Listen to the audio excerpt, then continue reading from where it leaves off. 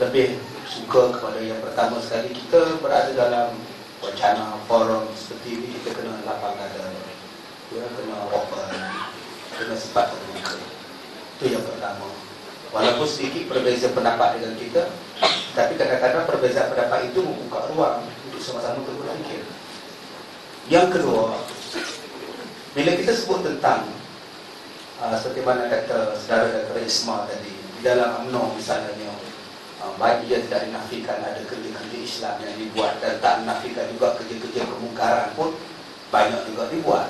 Maka kita mencari alternatif untuk agama, dan bila mencari alternatif untuk agama, maka kita memilih untuk mencari PAS misalnya. Tetapi bila lihat dalam PAS pun banyak lagi yang memberikan benda yang tidak kita harapkan gitu sebenarnya. Jadi tuan-tuan, memang kita tidak nafikan, dan saya akui bahawa saya menyertai PAS, ya, kerana saya mengharapkan supaya PAS membuatkan benda yang lebih Islamik daripada UMNO, ya, pada awal tahun 90-an, tengah 90-an itu. Sebab saya harapkan begitu. Itu keadaannya.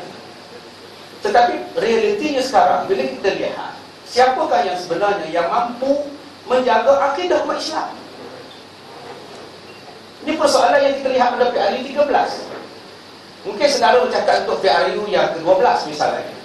Sekarang kita bercakap tentang PRU yang ke-13, soal akidah. Seperti mana isu yang besar, kalimah Allah dan sebagainya. Isu tentang pluralism, liberalism. Isu tentang bahawa tidak ada paksaan dalam agama. Kenapa orang Melayu mesti paksa dalam agama Islam? Ini perkataan yang keluar untuk PRU yang ke-13. Ada pimpinan Melayu yang mengatakan bahawa kenapa orang Melayu mesti kekal dalam agama Islam, kenapa tak diberikan kebebasan. Dan ini tidak diucap oleh pemimpin UMNO misalnya. Ini yang jadi soalnya. Dan yang menjadi isu untuk tahun 90-an ialah apabila banyak berlaku rasuah, yang dikatakan rasuah, yang dikatakan penganjur program maksiat dan sebagainya. Maka menjadi isu kepada parti pembangkang untuk mengatakan kepada UMNO, orang-orang yang buat rasuah, orang-orang yang memberikan tanah dan sebagainya, turisme dan sebagainya. Tetapi bila PRU 2013 kita lihat orang-orang yang menjadi punca kenapa UMNO dituduh rasuah, kenapa mereka itu dikatakan maksiat dan sebagainya, orang-orang itulah sekarang telah dibuang, telah keluar, telah tak dipakai pun, dan telah diambil pula oleh puak ini. Ini jangan lupa, kerana orang-orang inilah yang menganjurkan program maksiat semasa beliau menjadi banyak menteri, menjadi menteri penerangan dulu. Berapa banyak rancangan-rancangan kemaksiatan yang dia buat. Dan apabila dia tidak lagi menjadi menteri, siapa yang menerima dia? Siapa yang membawa duit berjuta pergi ke Australia? Yang jadi isu yang sangat besar, sampai tak boleh nak jawab UMNO. Dan UMNO tak pakai orang macam ini, siapa yang menerimanya? Ini isunya besar. Sepatutnya orang-orang macam ini sudah tidak ada lagi. Kita sudah membuat penukaran, dan kita berharap supaya akan terus baik.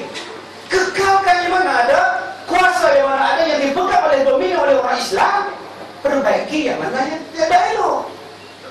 Cuba tuan-tuan tengokkan bangunan tuan-tuan yang serba indah ini. Ada lampunya, ada airconnya. Adakah di selama-lamanya akan elok? Tidak, aircon tidak akan sejuk, servis. Aircon rosak, ganti baru. Tetapi adakah perlu diruntuhkan keseluruhan bangunan? Repair yang mana rosak, repair yang mana tak elok. Sebab bangunannya masih elok, boleh menjamin kedudukan kita. Yang tidak boleh, yang kena runtuhkan bangunan ialah bila kita duduk dalam bangunan ini bergegar, maka runtuhkan bangunan itu. Tetapi bangunan ini masih kukuh, masih kuat untuk menampung kita. Cuma airconnya tak sejuk, cuma tailnya berkopak, cuma silingnya itu dah berlubang. Gantikan siling baru sikit, gantikan lantai yang berkopak, kekalkan bangunan yang masih ada yang menjamin survival umat Islam. Bukan dirobohkan habis. Ini maksudnya pilihan raya. Dan kalau dia mengatakan bahawa kita tak tahu, kita berada di persimpangan, yang mana kita nak undi. Kalau kita ikut Islam, kita tidak ada perkataan luah mati mak, telah mati bapak. Dalam Islam semua ada jawapan. Tidak ada beli kepala, mana pun nak pilih, dolar ke doli. Itu saja jawapan dia, dolar atau doli. kita sendiri boleh fikir. Boleh fikir daripada situ. Kita sendiri boleh buat. Ustaz, saya pun tak tahu Ustaz. Dua-dua doli Ustaz. Kalau demikian, kenapa tidak buat istikharah? Istikharah mohon pada Allah, ya Allah tunjukkan di mana yang terbaik. Bukankah Allah itu sebaik-baik hakim? Wallahu a'lam.